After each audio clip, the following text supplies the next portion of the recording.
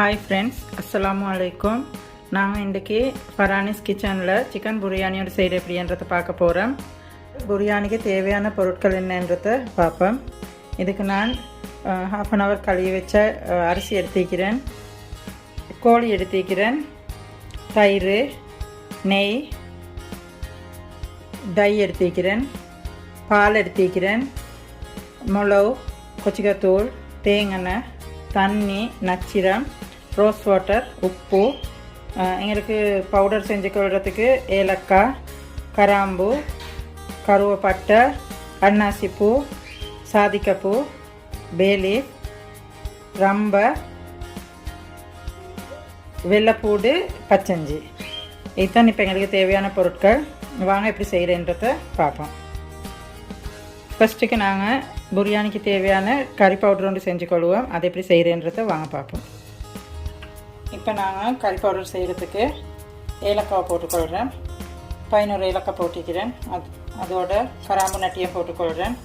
11 கராம்பு, சாதிக்கப்பூ, கருவேப்பட்டை, அன்னாசிப்பூ எல்லாத்தையும் போட்டு கொஞ்சம் லைட்டாக வறுத்துக்கொள்ள போகிறேன். வறுத்து இதை கொஞ்சம் நாங்கள் தூளாக்கி எடுத்துக்கொள்ள போகிறோம். அதோடு நான் 2 டீஸ்பூன் நச்சிரமும் போட்டுக்கொள்கிறேன். போட்டு அதையும் வறுத்துக்கொள்கிறேன்.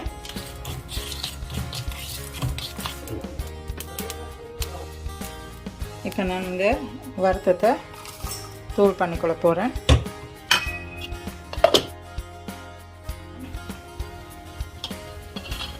இதை நாங்கள் தூள் பண்ணி எடுத்த தூள் இப்படி வைக்கிது. இப்போ இதை வச்சுக்கொண்டு நாங்கள் மற்றது எப்படி செய்கிறேன்றதை பார்ப்போம். நான் இப்போ 3 டேபிள் ஸ்பூன் ஆயில் ஆட் பண்ணிக்கொள்கிறேன். இப்போ நாங்கள் கறியை எப்படி செஞ்சுக்கொள்கிறேன்னு பார்க்க போகிறோம். ஜிஞ்சர், கார்லிக் ரெண்டையும் போட்டு கொஞ்சம் மிக்ஸ் பண்ணிவிட்டு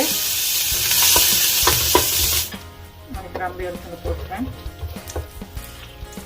அதை சிக்கன் ஆட் பண்ணிக்கொள்கிறேன்.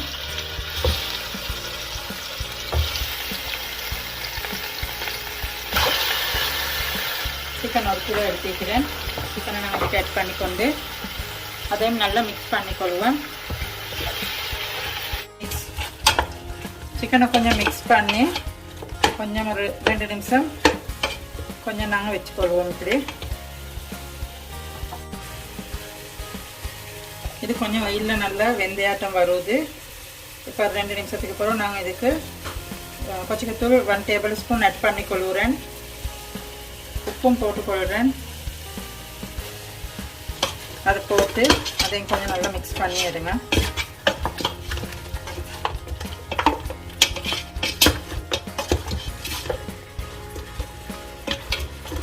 இப்படி மிக்ஸ் பண்ணி அதையும் ஒரு 2 நிமிஷம் வச்சுக்கொள்வோம்.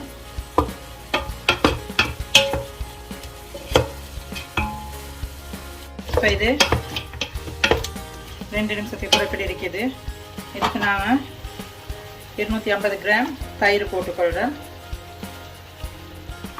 தயிரையும் போட்டு கொஞ்சம் நல்லா மிக்ஸ் பண்ணி ஒரு 5 நிமிஷம் இதில் கொஞ்சம் வெந்து வரத்துக்கு அப்படியே வைக்கிறேன். ஸ்லோ நெருப்பில் வைக்கிறேன். இப்போ கறி இப்படி இருக்குது. இதுக்கு நாங்கள் தண்ணி வந்து மூத்த இல்லை.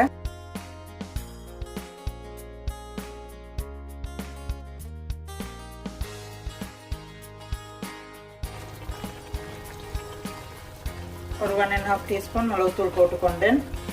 அதோடு நான் செஞ்சு வச்ச கறி பவுடரில் 2 டேபிள் ஸ்பூன் கறி பவுடர் போட்டுக்கொள்கிறேன். இதை போட்டு நல்லா மிக்ஸ் பண்ணுவோம்.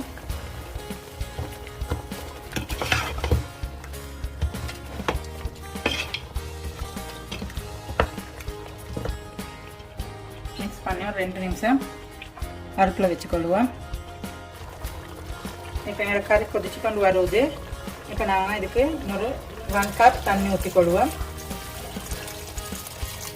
இப்போ நாங்கள் இதுக்கு 1 கப் தண்ணியை ஊற்றி அதையும் கொஞ்சம் மிக்ஸ் பண்ணுறோம். மிக்ஸ் பண்ணிவிட்டு ஒரு 5 நிமிஷம் இது கொஞ்சம் வேவட்டும்.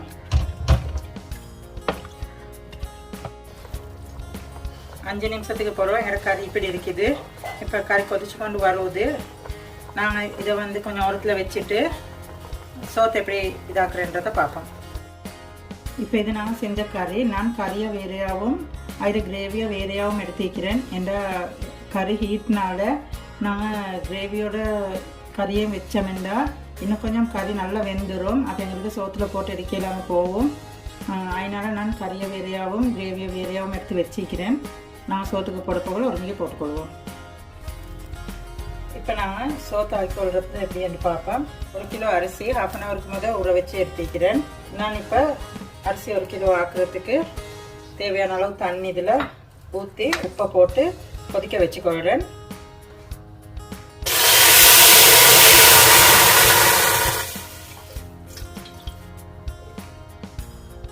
உப்பு நான் போடுறேன். நீங்கள் உங்களுக்கு தேவையான அளவு உப்பு போட்டுக்கோங்க. இப்போ எங்களோட தண்ணி கொதிச்சு கொண்டு வருவது. இதுக்கு நான் பே லீஃப் கொண்டு போட்டு 2 டேபிள் ஸ்பூன் ரோஸ் வாட்டர் ஊற்றிக்கொள்கிறேன்.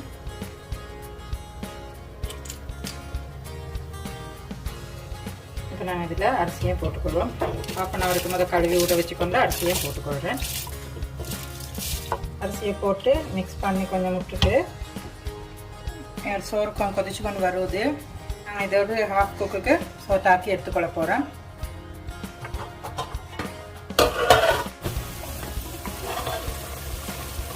இப்போ நான் 10 நிமிஷத்தில் தொடர்ந்து பார்க்குறேன். என்னோட சோறு 1/2 குக்கு வைக்குது. நான் நினைக்கிறேன் 10 நிமிஷத்தில் போதும் என்று. எங்களுக்கு 1/2 குக்குக்கு தான் தேவை. 1/2 குக் வைக்குது.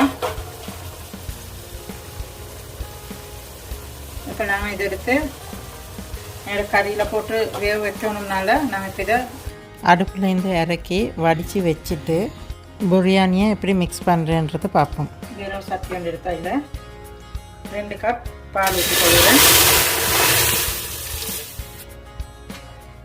பால் கொஞ்சம் கொதிக்கட்டும். இப்போ என்னோட பாலுக்கு நான் தூள் பண்ணி வச்ச கறி பவுடர் 2 டேபிள் ஸ்பூன் அதையும் ஆட் பண்ணி கொள்கிறேன். இப்போ அதை கொஞ்சம் மிக்ஸ் பண்ணிக்கொண்டு அதுக்கு நான் எடுத்து வச்ச கலரினால் கொஞ்சம் போல் கலரினையும் இதுக்கு ஆட் பண்ணி கொள்கிறேன்.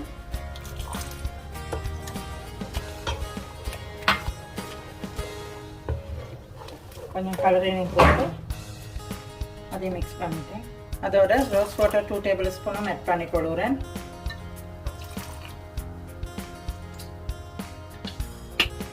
இது கொதிச்சு கொண்டு வர போக்கல நான் ஆக்கி வேற எடுத்து வச்சிருந்த இந்த கறி மிக்ஸினை ஊற்றிக்கொள்கிறேன்.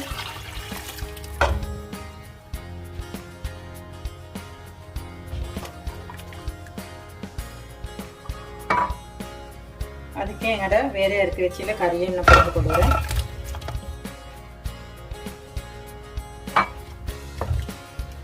அதையும் கொஞ்சம் மிக்ஸ் பண்ணுறேன்.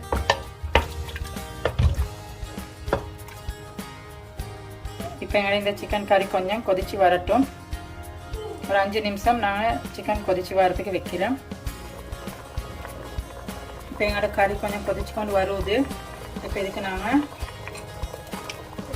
ஃப்ரை பண்ணி வச்சுக்கொண்ட கேஷ்யூவும் ப்ளம்ஸும் கொஞ்சம் போட்டுக்கொள்கிறேன். அதுக்கு நான் 1/2 குக் பண்ணி எடுத்த சோத்தையும் இதுக்கு போட்டுக்கொள்கிறேன்.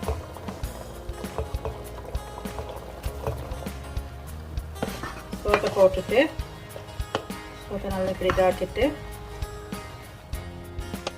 இதுக்கு மேலால் ஒரு 2 டேபிள் ஸ்பூன் ரோஸ் வாட்டர் கொஞ்சம் ஊற்றிக்கொள்கிறேன். அதோட மெல்ட் பண்ணின கீ 3 டேபிள் ஸ்பூன் அதுக்கு மேலால் ஊற்றிக்கொள்கிறேன். அதுக்கு மேலால் கொஞ்சம் என்னோட கலரின் கொஞ்சம் நான் அதுக்கு மேலால் ஆட் பண்ணிக்கொள்வேன். இப்போ நாங்கள் அரிசியை வந்து 1/2 குக் பண்ணி தடுத்துக்கிறேன். பின்ன கொஞ்சம் வெந்து புழுங்கி வாரத்துக்கு நாங்கள் இதை மூடி ஒரு 5-10 நிமிஷம் வச்சுக்கொள்கிறேன். இப்போ 10 நிமிஷம் விட்டது. 10 நிமிஷத்துக்கு அப்புறம் எங்களோட சோறு எப்படி கிட்ட திறந்து பார்ப்பேன்.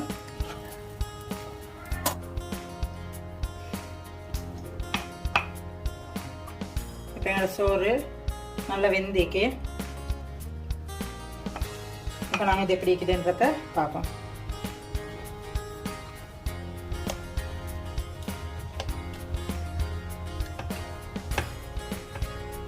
எப்படி இருக்குது இதை நாங்கள் மிக்ஸ் பண்ணிக்கொள்வோம்.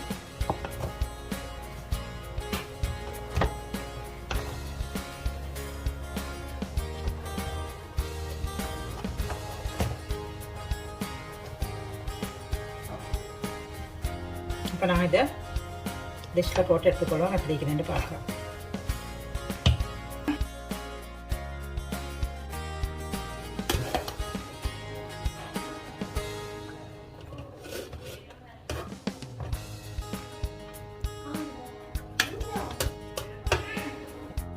இது இன்றைக்கி நாங்கள் ஃபரானிஸ் கிச்சனில் செஞ்ச பிரியாணி. நீங்களும் செஞ்சு ட்ரை பண்ணி பாருங்கள்.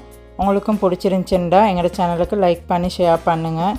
அதோட மறக்காமல் எங்களோட சேனலை சப்ஸ்கிரைப் பண்ணி சைடில் இருக்கிற பெல் பட்டனை கிளிக் பண்ணுங்கள். அப்போ நாங்கள் போடுற அடுத்தடுத்த புதிய ரெசிபி உங்களுக்கு உடனே பார்த்துக்கொள்கிறதுக்கு எளிமாகும்.